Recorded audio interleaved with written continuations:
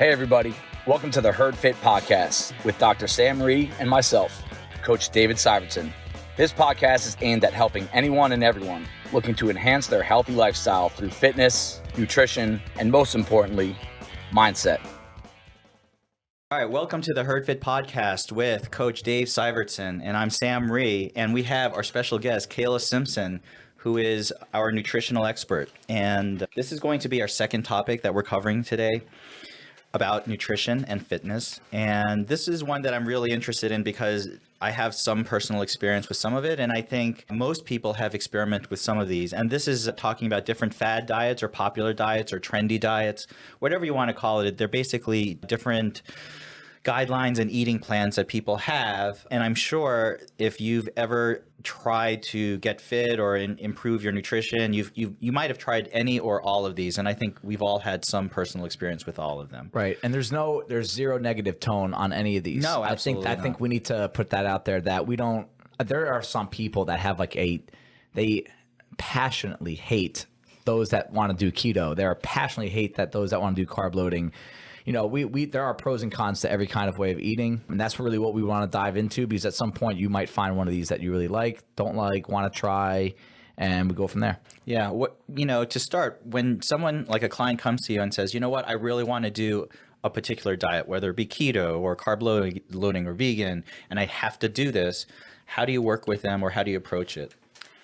I say your goals are your goals. I'm going to lay it all out there and give you the pros and cons, and we're going to see what your lifestyle is, if it can be realistic, if it can be sustained, can we ease into it some way, and how can I best support you and your goals? I'm never going to tell someone, no, you shouldn't do that unless it's dangerous and it's going to hurt them in the long run, and I'm going to provide why it will. So I want to start first because we're going to start with paleo. And I think mainly because it's one of the more popular ones out there. It's the one that I started with when I started experimenting with food. So when I started at CrossFit Bison back in 2015, we had a nutritional challenge, and it was a paleo challenge. And for those who are not familiar with paleo, it's basically the concept is to eat foods that were similar to what we ate as human beings many, many, many years ago, before technology, before the advent of processed foods, Paleolithic types of nutrition. And to me, it was really an eye-opener because I had never experimented with my nutritional intake. I never actually hacked my body, or whatever you want to call it, to sort of see what my response would be to trying a specific diet or following guidelines.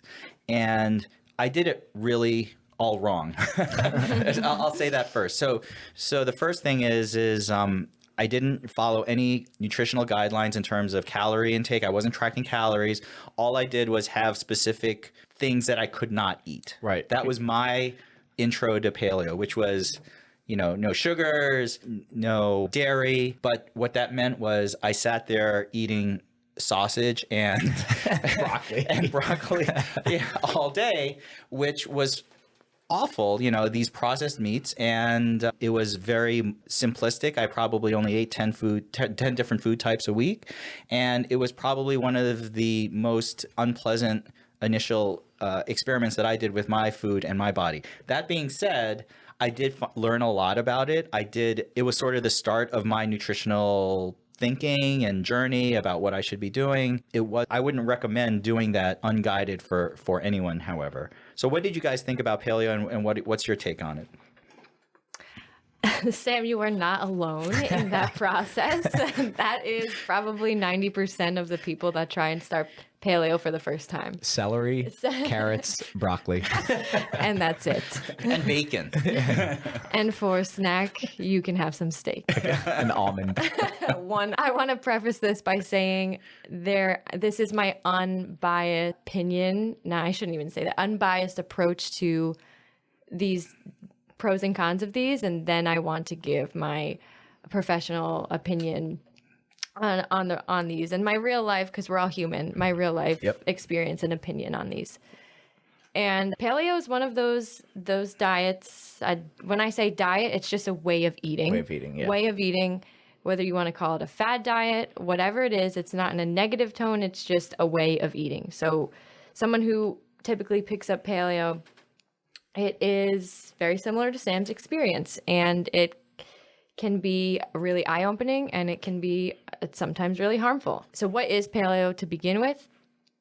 It is the main food groups that you can have: your meat, your fish, nuts, seeds. You can have eggs, oils, healthy fats, fruits, vegetables, emphasis on whole foods.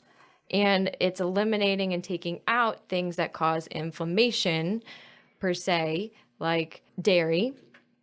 I'm not saying that dairy is the end all be all of causing inflammation, but while you are having paleo, you can't have dairy, no processed foods, and no processed sugar. Also legumes, grains. So cutting out whole food groups from the way that you eat. Now, if we want to get into pros and cons first, let's do it. Pros of paleo is you become very aware of your body and what is going in it. I think that goes for any sort of way of eating that you try. Yeah. Like, I've never read a nutrition label before I ate paleo. The first time I tried it was 2012. And that was the first time, like, yeah, if you go to the store and there's a lot of ingredients on there that you can't pronounce and you don't want to look up online, it's not paleo. And like, it's one of the simplest things people can do when they go to the store and they buy food. If there's a lot of stuff in your food, that's when you start going down the wrong path. Agreed. And so you become way more aware of what's in your food, and it brings a sense of anti-inflammation per se, because it gets rid of all of the processed things, the sugars, the ingredients that maybe weren't made to put into the human body. Right. Gets rid of the sticky stuff. You may have some weight loss. If that's one of your goals, that can be a pro.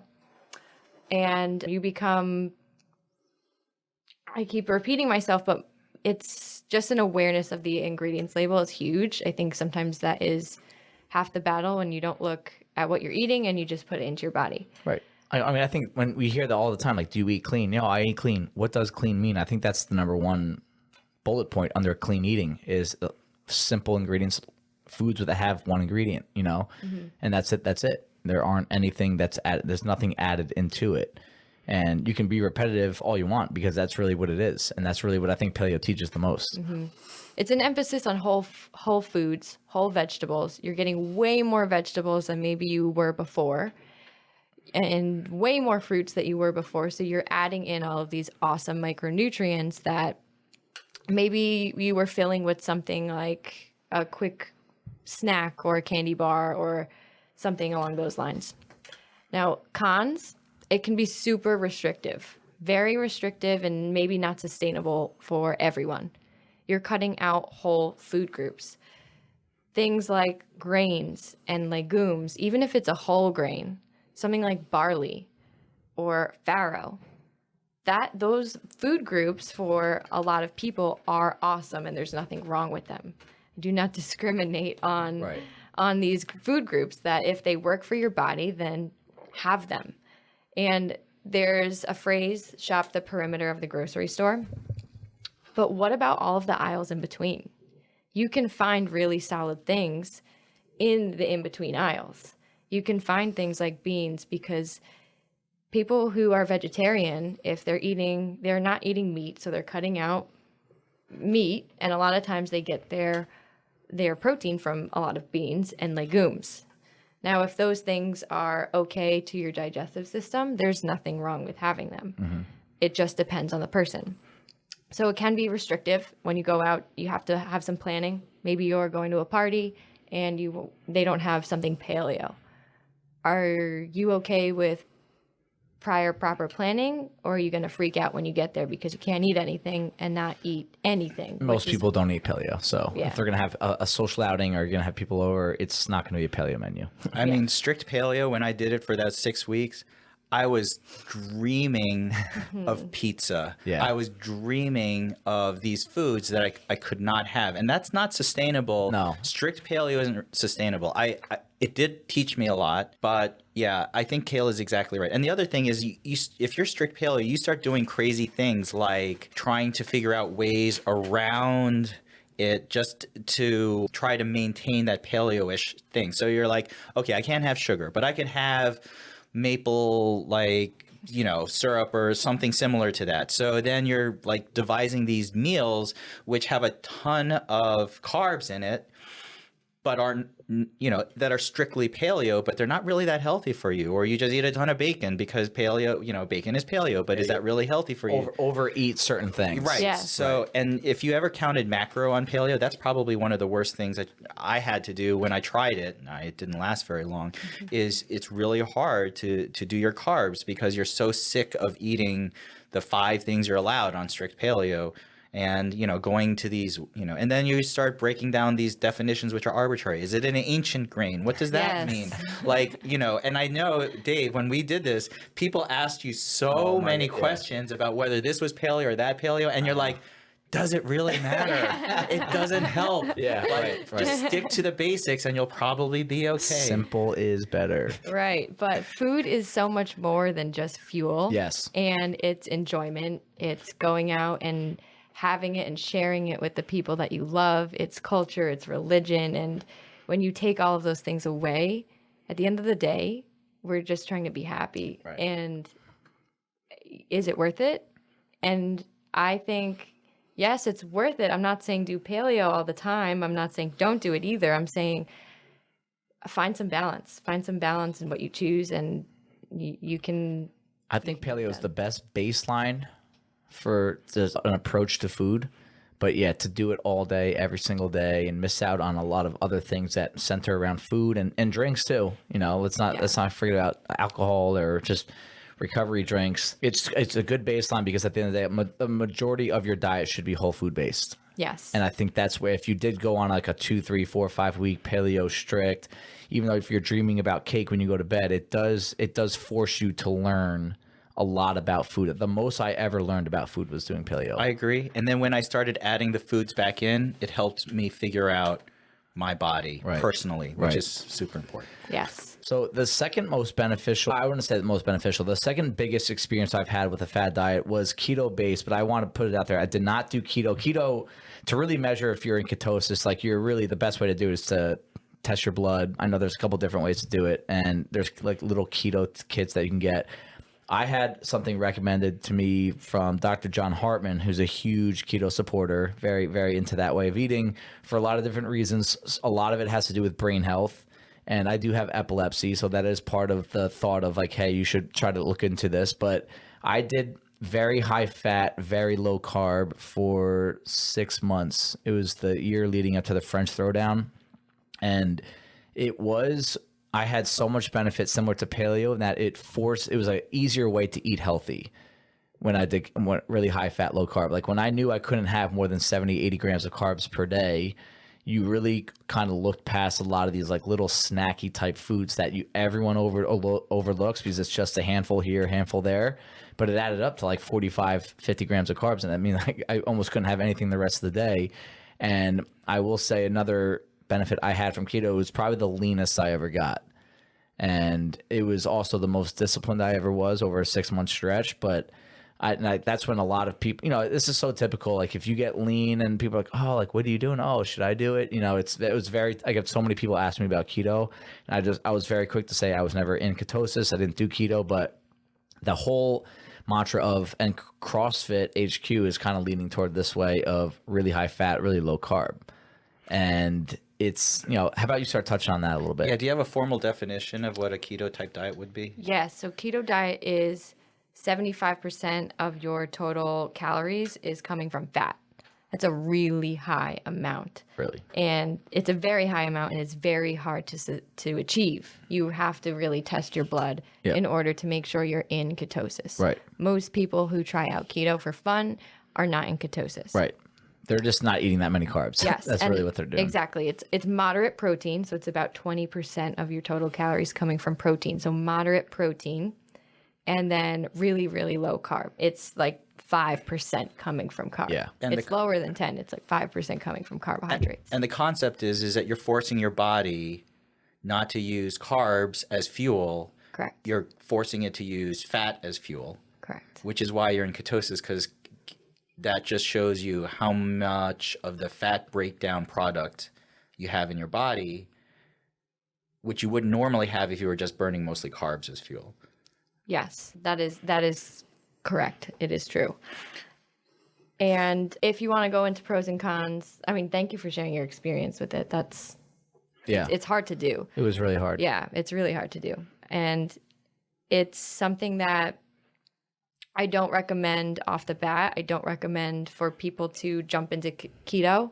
Really, it has to be, if you're coming to me to do a ketogenic diet, honestly, probably the one person that I would do it on, because this is where it would originally developed, is for people who have epilepsy. Right.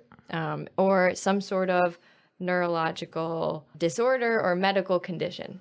And one of the benefits to this is that you gain a lot of mental clarity. That could be one of the side effects of it. I don't know.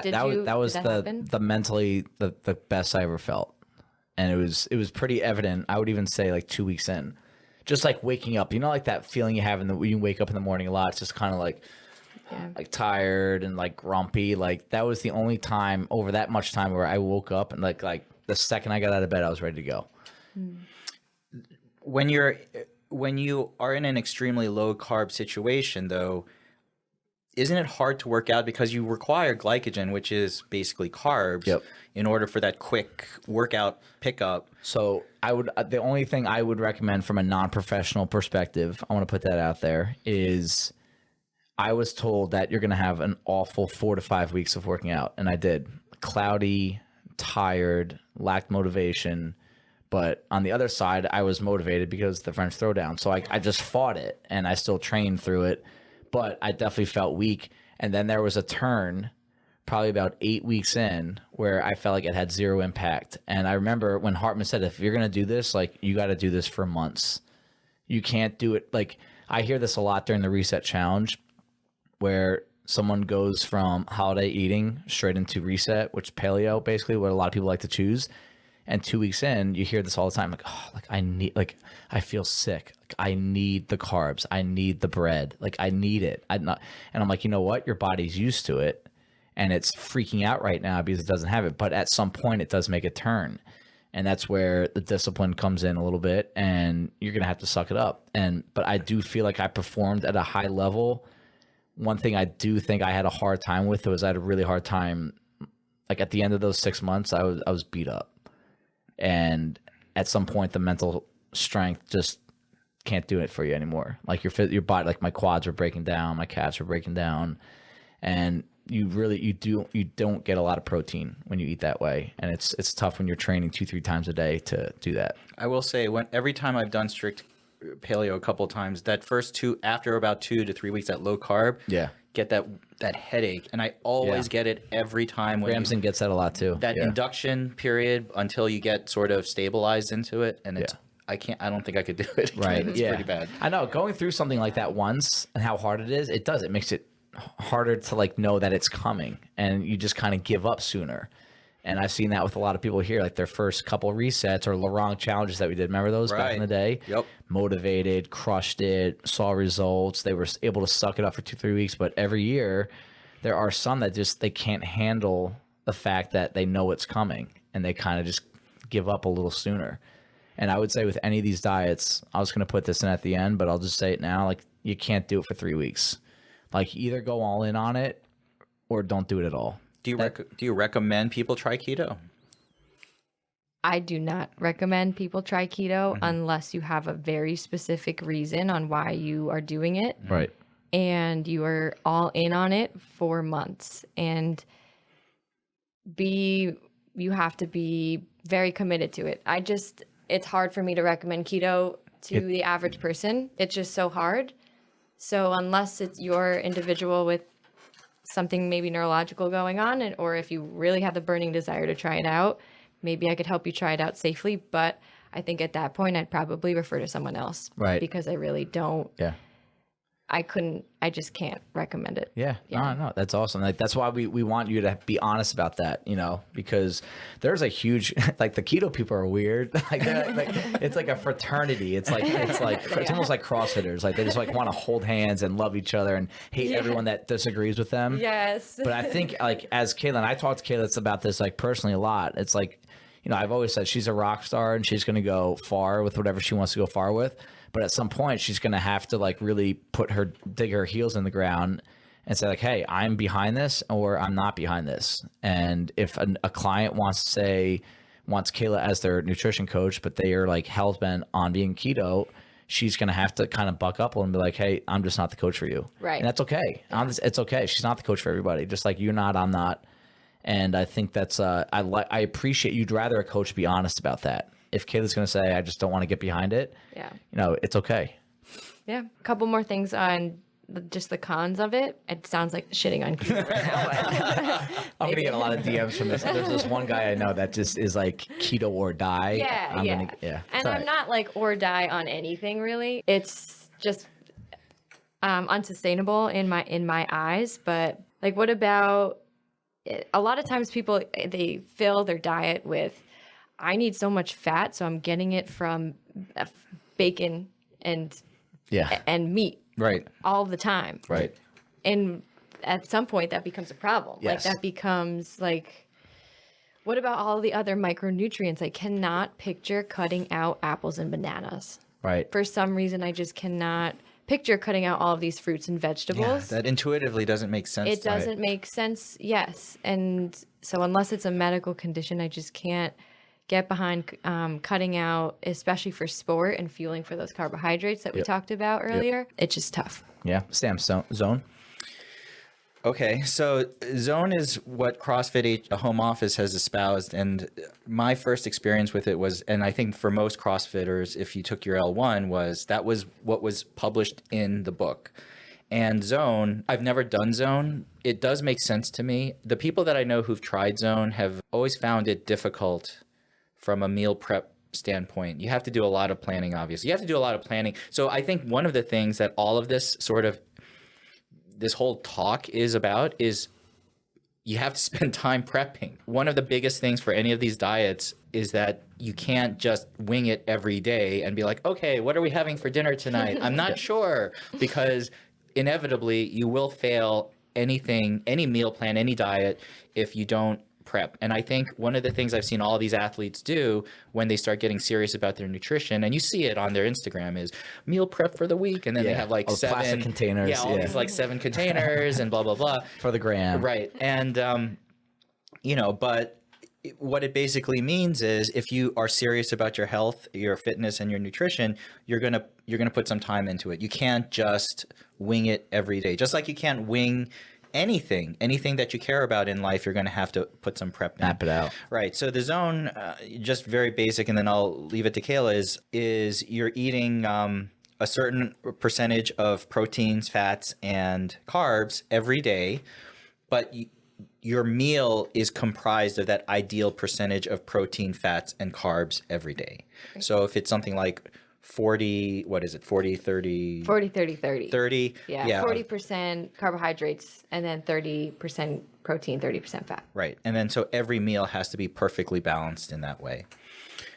I mean, good in concept. Yeah, really good in concept. Really great for optimally fueling your body, right? Like, you have a really good awareness of what is 40% of protein. What does that look like? What does that look like throughout the day?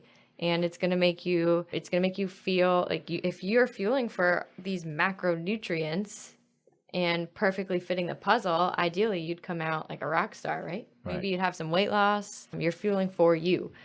But it comes back to, is that sustainable? Is that sustainable for every single meal, every single time? Eventually something's got to give, that it's not in that perfect zone. And are you going to be okay with that? And how is your body going to react? There was also something I read. I don't know if this is true. I've never done Zone. I'm not like a huge Zone. The concept is good, but I've never actually done it. But there was something that they limit the amount of calories that you have to take in. Like, not optimally fueling for your body, like height and weight, but it's like something like 1,500 calories to 1,200 calories. I don't know. I read something. I'd have to go back and look that up, but that part was concerning. Like if that is the case, then wasn't enough food. It wasn't enough food, and then you're having these ratios, but they're too low. Right. That's what I'm saying. I mean, it just doesn't make sense also intuitively. So you have an ice cream cone, so you have to have like 2 bites of steak and some like broccoli with it when you have your ice cream cone. Like that doesn't really make any sense to me. Exactly. Yeah. Yeah. It's also, I think people with like really addictive natures that are like almost OCD would probably do well with it, you know, but again, it's like what she said earlier, once like at some point you're going to be thrown off that, like things are beyond your control. Like how does your body going to respond? Like sometimes I feel like if you're constantly eating like that, like you're actually turning yourself into a machine. And when you have to turn back to human, whether it's a holiday or something comes up, something spontaneous happens where you can't map out every single zone, you know, that your body might have a very low tolerance for that, and you'll get sick. And then you start like, that's what one thing they'll say about keto is if you're actually on keto and ketosis, and then you go out and have a binge night, or you go to a wedding and you have cake and food and potatoes and all this and carbs, you actually get sick. And you almost get to this point where you just have zero tolerance for anything beyond exactly that regimen. And it's probably just not a smart way to live. Yeah. I actually know people who experience that. Yeah. Who have been keto for like a long, long time. Right. Work for them. Their cholesterol levels are good. Yeah. Right. But they just get violently sick if they have sugar. Yeah. It's really... Wow. Yeah. Your body adapts in a lot of ways you don't even see. Right. I mean, it's a very adaptable thing, but if you don't change it up a little bit, sometimes it can be a little rough. Yeah. I just feel like with Zone, I think the principle is good. Like you mentioned, you should have carbs with your protein. It's a good way of of muscle building, and you shouldn't always eat just, certain meals that are all high fat or all carbs. But these are principles that are guiding us, and to strictly adhere to them all the time seems to be not feasible for 99% of us. Right. I agree. Even if you're training for the top, if you're an Olympian, it's like putting things into like these perfect little boxes. That's just not how our day works. Right. And it's okay if it doesn't. You can still fuel and be completely fine and actually perform well without having to hit your zone every single time. It becomes a little obsessive, and it can create in some personalities eating disorders or disordered eating patterns. Right. Yep. Next one. Okay. The intermittent fasting.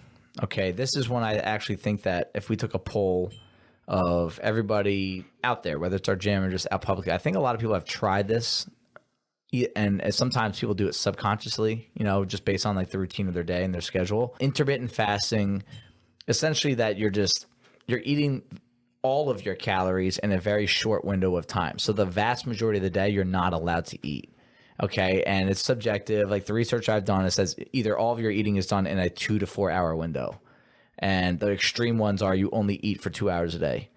And so the other 22 hours, you're not eating at all. And I've naturally done this like in the past. I've never really said, okay, I'm only allowed to eat from 3 to 7 p.m. But I've done this where my schedule is so wacky sometimes that, I'm up at 3:30, I coach, then I train, then I go back and coach again, or go home and go to sleep. Or like, I'm not eating until 4 o'clock, and then I eat again at 7 o'clock, and then that's it. And then I go back to bed and do that rat race again. What are some pros and cons of intermittent fasting? Because I actually get people ask this about this all the time, and I think it has more have to do with the fact that they just can't control themselves throughout the day. They snack a lot. So I think that's almost like, is this a way to combat that? Thoughts on intermittent fasting? It does take the snacking away, but intermittent fasting, there's actually 3 different kinds of intermittent fasting. Okay.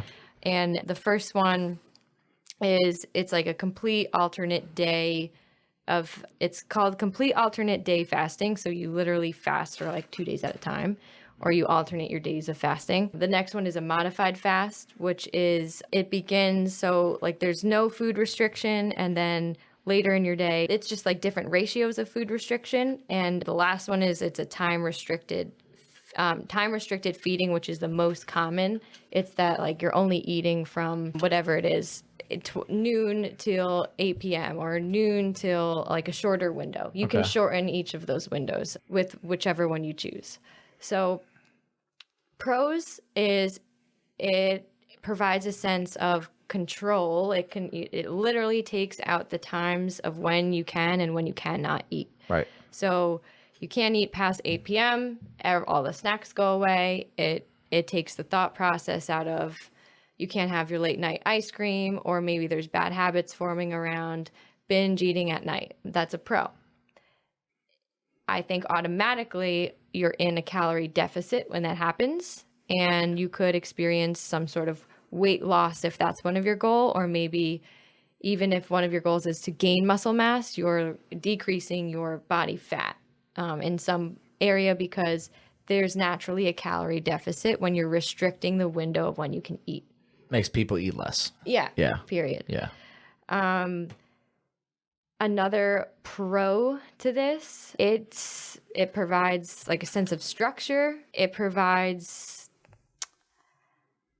I'm trying to think of other pros besides, I mean, you could experience it because you're eating less, or maybe eating more of what you want within a certain window. Again, a lot of these diets provide less like inflammation, less stickiness. But on the other side, in those windows, you're eating whatever you want. Yeah. There's no restriction to what you're eating. Right. You can eat as much as you want for those 3 to 5 hours, or whatever those hours may be. Go nuts. And go absolutely balls to the wall. Yeah. Now that's also not good. So that brings me to my cons, which is, why is it better? Just think about it. Why is it better to eat within a 3-hour to 5-hour window? Why would that be better than spacing it out from when you wake up to when it's lunchtime to when a few hours before bed? Why does it matter? You're eating the same amount of calories, probably eating a little bit more without the restricted time zones. So in my eyes, there's more cons than pros, but there is research. There's research that it is linked to weight loss, and it is linked to like improved biohealth markers. Okay. So things like insulin. There actually was one study. There's insulin resistance, which is a bad thing in women. But then there was things like blood glucose levels. Those were lowered. But were they lowered because you're eating less of the bad stuff during those other hours? Or was it because you're overall more healthy? That's up to you, for you to decide. Like, do you feel good on this, or do you feel like you're missing out on those other hours of the day? Yeah. I mean, predominantly, I think the majority of the people that have weight issues or body image, like they always want to lose weight. They're a little overweight. I mean, we're in a country that's very obese, right? We eat too much. At the end of the day, that's the case for a lot of people, right? I mean, in our gym, it may be not the case because, we're in just such a healthy group of people here, but we always have to keep in mind that for the majority of the public, the majority of the world, they just eat too much. And I think if you shorten a window, it's almost like what I did with my dog when he needs to lose weight. Like when you shorten a amount of window and you control how much they can eat in that window, it's, like no more treats during the day, bud. Like the vet told me you're 10 pounds overweight. So all you're going to do is get your 2 meals, breakfast and dinner. And, it immediately brings down, the weight. And I'm sure there's other health markers that coincide with that I think that is, but for people that are in our space here, the people that we work with, we're around so many healthy people, health-minded people, that I think that's when it starts to become a negative with what some of the things that you said, right. Like, especially if you train in the morning, but your eating window is when? At night, then it's kind of getting away from what we just talked about earlier about, you need some carbs and protein after you work out. So if you're on this kind of routine where you work out in the morning, you're eating windows at night, or vice versa, it's almost like you could be doing more damage than good. 100%. I think this is the one that I have seen most non-athletes try. Yeah. I mean, That's a good point. So many non-athletes have come and say, I love intermittent fasting. And I think the reasons that you mentioned, Dave, is that it works with my schedule, right? I'm so busy. I can't do eating for 18 hours a day, so I'm just going to fit it in at night. And then I don't even have to think about it while I'm working or doing whatever. Right. And then they say, I have so much more energy on it, blah, blah, blah, blah, blah. So anecdotally, when I hear people who talk about intermittent fasting, they seem to love it. I don't feel like, again, there are some people I know who've done it for a long time, like a year or so or longer. But for most people, I don't think it seems as sustainable as anything else is. To limit your eating window into such a short period is also not compatible with a lot of stuff that you end up doing. What do you do when you have to meet people for lunch or for breakfast or with your kids or your family? And, you know, what are you going to do on Sunday and Saturday? And so I have a lot of people who do this sort of during the week, and then they just kind of break, like they just stop on the weekends. Right. But then you're not really a strict intermittent faster. You're just sort of adjusting your eating schedule, which is adjusting your eating schedule is fine. Everyone adjusts their eating schedule. Like, that's totally fine. You have to skip a meal every so often, you do. If you want to skip meals for 4 days a week or 5 days a week and then eat, you know, regular on the weekends, that's totally fine. But that's not strict intermittent fasting. And that's where I wonder, where I don't believe necessarily let me rephrase that. The science about the benefits about intermittent fasting is not clear to me. Correct. And I don't feel that the benefits shown in these studies are so great that I myself would go try intermittent fasting. I anecdotally feel better. I'm a morning workout person. I don't eat before I work out. Right. I just drink a crap load of water when I first wake up. And that was from one of our Lorong challenges. That's where I learned that. Yep. Again, learning how to hack your body. But I do eat something after I work out. And I think it would be negative if I didn't. And then I try to eat something midday. And I could work my schedule where I didn't have to, and I could just eat in a certain eating window. But I feel like I'm doing really well anecdotally with what I'm doing. I don't know if I saw the benefits in any of this literature where it would make it better for me. If I was a resident, let's suppose I was working crazy hours, I would try this only because I was forced to, because I didn't even have time to eat for 18 hours. Right. Yeah. Then fine, I could do that. But I don't think it would be necessarily better for me. And if you're going to do it strict, then that's where you're supposed to get the benefits, just like ketosis, right? It's only good if you're strict. If you break on the weekends, what's the point of doing it? You don't really know if you're exactly. seeing a real benefit from Yeah. it. Right. Yeah. A lot of these, in conclusion, these studies we need further research. A lot of nutrition studies are like that, and that's a common theme across the board. But it's also, we talked about fueling for performance specifically. And if you aren't going to, like, should you be intermittent fasting if you're training for something? Like, that's a common question. And if you're not providing your body with carbohydrates beforehand, then maybe you're not going to get to your optimal performance during the height of your workout, especially if you're training high intensity. Especially anything over an hour. If you're going over an hour of training fasted is not a great idea. And I wouldn't recommend it at that point. You should be fueling so you can have something, so you can energy, so you can last throughout your workout. Right. All right. So we have 2 left here. Carb loading, Sam. Oh, me? No. I would do carb loading if you want. Yeah. I mean, to me, carb loading isn't like, I mean, you have like paleo, keto, zone, like there's very objective measurements on those, or definitions, I should say. Carb loading, the time I tried this, did not have a good experience with it, was kind of like what Kayla was just talking about. Like you did have a ton, I think it was 80% of your carbs were around your workout. So within 2 hours of your workout, and then within 2 hours after your workout, 80% of your carbs were taken in at those times. And I'm a guy, I don't like eating a lot before I work out. I'll usually have something, but I don't like going crazy and putting a lot of food into me. I will go on the other side at the end of the workout. I will eat a lot. Kayla, touch on some either experiences you have or just some like pros and cons of carb loading in relation to this. Has more to do with someone that's really performance centered. Mm-hmm. Like they're like, hey, I care if I hit 250 on my back squat, I better not hit 245 or else it'll ruin my day, right? It's like they're very performance centered, where I don't think this relates to as much as someone just doing this for a lifestyle. Yeah, I agree with that. I had to look up if this was an actual like diet people followed. Yeah. But it's more of like an idea. More of an idea. Right? I was like, oh, maybe that's a new thing. But no, it's the carbo loading idea is what Dave said. It's fueling for performance a lot of times, and being able to like access your like enough glycogen storage, or so it's fueling for performance. But recommended amounts of carbohydrates, I'm just gonna like straight off the bat, this is what the idea of research has shown. So it's, if you're an athlete, particularly a strength athlete, someone who works within CrossFit, or someone, maybe you're a power lifter, or you're even a soccer player and you're lifting throughout the off season or during season.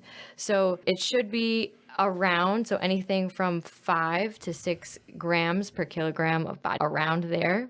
So you would divide your body weight into kilograms and multiply it from there. Now that's a lot of carbohydrates, and sometimes I've seen it gone up to 10, which is a huge amount of carbohydrates. Wow. Yeah, huge amount of carbohydrates. And there's pros and cons. So pros would be your energy levels, like literally in your body, are fueled and stored, and you can perform maybe better. I mean, that's also something, a performance thing that's maybe a little bit subjective. You'd have to see how you feel. And then cons would be, well, all of these carbohydrates at one time, are you having any GI upset? Like, are you feeling bloated? Now, do you feel sluggish? How long beforehand are you carbo loading? Is it the night before? Do you really need that many carbs the night before? Or can we space them out throughout the day and still get the same approach? Now, I think personally, from what I've seen and what I've heard from other sports nutritionists, it's spacing them out throughout the day, but making sure you have them before your workout. And making sure if you're carbo loading, you're having a little bit more of them before the workout, the numbers that I told you before. But to me, it's more spacing them throughout the day and then making sure you have them before and after your workout. Yeah, and this kind of like when we talked earlier last episode about, the whole Matt Frazier, the Snickers and the Coke. I mean, not that we don't want to get too repetitive, but I think that carb loading centers around what some of those guys do. That literally, I mean, some of these guys, games athletes, right? They train all day for like 6, 7, 8 hours. Yeah. And they're so big on the carb loading in between their sessions, right? Like getting those quick carbs in for the concept of, again, concepts is what we're really talking about here. Not just like rules, but concepts of need to replenish your stores and have energy for your next session. And the debate / what we kind of all agreed on the last session or the last podcast was, it's not just about carbs. Like, it needs to go a little deeper than that. Like, what else do these foods have, or what else do these powders have that, could eventually lead to long-term issues in regard to inflammation, GI tracts, bloated issues. So I think that carb loading is one thing that, again, the concept of replenishing is important. And the concept of spacing your carbs out throughout the day so that you can use them for when you do train is important. But to jam all of them in right before or right after, it's just probably not the most economic way to do it. It's not comfortable. Yeah. A lot of times it's just not comfortable. You experience nausea, and that's going to hurt your workout. Does it matter the type of workouts your clients are doing? Like, if as CrossFitters, most of our workouts don't exceed 20 minutes, maybe if that. But then if someone who's a triathlete and who's training like these very long sessions, maybe it's more helpful for them than, say, for short, higher intensity type workouts. Right. I would say for someone who's running more like a marathon or half marathon, especially fueling carbs within the marathon, or something that's a really long paced out workout, more than an hour long, it is beneficial to have, they have those like gummies or like little pouches that are really fast acting carbohydrates. Yes, there's something to say about that would be beneficial, but more so the high intensity in CrossFit is also something to think about too, because you're going max effort at some of these really high intensity but short workouts. Those would be If you have your carbohydrates beforehand and space them out throughout the day, that would be just as you would be fine with that. Cool. So I think we have one left. Vegan. I only have one thing to say about it because it was a funny anecdote. I had a patient who came in who wanted liposuction and she was she had a pretty high BMI. Okay. And she said, it's really hard. I don't know. I'm trying to lose weight. I'm vegan. And her husband was with her and said, vegan, you eat Oreos. What are you talking about? And technically, Oreos are vegan. Yeah. And so that's all I had to think. He threw her under the bus. Oh, my God, yeah. And I said, that's all I really thought about was, I mean, you'll define it more strictly, but, the whole concept of vegan being vegetable eating, carrot eating, celery eating, crunchy granola type people is just that really threw me for a loop. And I realized you can cheat and eat awful on pretty much any diet that you want. Like there's no restriction. You can get around it. It's amazing the games we play. For anything. For sure. So that was my initial thought about a vegan diet anyway. So, but go ahead. Let's talk about it. Yeah, vegan diet, you have to decipher why you're doing it in the first place. Is it morale? Is it because you care about animals and the environment and animal products? Because you're not having animal products on a vegan diet. It's purposefully done to have more whole foods, fruits, vegetables, grains, and no dairy, no animal products, just to keep it short and simple. And pros and cons. Pros, you're eating way more vegetables. You're eating only vegetables. You're relying on nuts, seeds, beans, legumes, certain plants for your protein, and maybe even like a vegan protein powder that can help supplement protein in your diet. And it's whole foods. That should be anyways. On the other side, the flip side, pasta's vegan, right? I mean, there's nothing wrong with pasta, but if your diet is only filled with processed, these vegan snacks that look really cool in Whole Foods, first of all, I love trying all of them. I have this really bad habit of buying like not just the vegan ones, but just filling my cart up and being a human guinea pig to try them I can recommend them. But that's smart. But it's what else is in those things? It's almost really like vegan's too broad. It's just too broad. It's like what you have to be really specific on where you're getting your protein from and if you're getting enough of it. Yeah. And I've seen athletes do it and be fine. Right. Like they really love it and they feel really good, but they weren't necessarily training for something really hard at the time. And if they were, they had to be very, very specific. I think it's hard to sustain, but I think it can bring a healthy lifestyle in general into a person's life. The few people that I've worked with, and again, not on your level of like professionalism, just like kind of just like bouncing ideas off of like with their food. One of the biggest things I've noticed, other than the fact that they undereat, is there's such a detriment of vegetables. And, when we talk about vegetables, I think vegetables get this bad rap sometimes, like, oh, it's just for people that want to eat healthy. I'm like, no, that feeling that you feel like you're always like, bloated, or you feel like you're inflation, your joints always hurt, you feel cloudy in the morning, you have significant mood swings, like a lot of that can be solved by micronutrients. Yes. Right? Like so many people, for every 10 people that ask me about macros, how like their carbs and their protein, their fat, I'll have one person ask about their micronutrients. And I have this document saved on my computer that I send to them, just like, hey, if you feel like you're deficient in B12 and magnesium and potassium, like these are the foods that, we consider. Like, let's stop thinking so much about just your macros, and like, let's make sure we get all these into your daily intake at some point. And I think that's one of the best things about vegan is it really kind of opens the door to the benefits of food that go so far beyond what you weigh and what you look like. And it's more, that the feeling, the recovery, the lack of inflammation, because again, you could eat perfect macros and eat really unhealthy. Oh yeah. You can eat perfect vegan, be really unhealthy. Like it has to go a little deeper than that again. And I think that's one of the biggest things about vegan is the benefits is that it does open the door for the possibility of, really diving into a lot of different micronutrients. Yeah, I agree. I would ask yourself. So my one thing to ask you is ask yourself on just why. Why? What are your goals, and why do you want to start It's huge. this certain diet per se? That's a great question for a coach to always ask. I think I do know a lot of people who are vegan. Again, some athletes, mostly non-athletes, and it's mostly a philosophical viewpoint, Right. About doing better for the environment And animals, yeah. Meat is extremely carbon bad. Cows generate a lot of methane. There's a lot of greenhouse effects. It's not sustainable for world economies.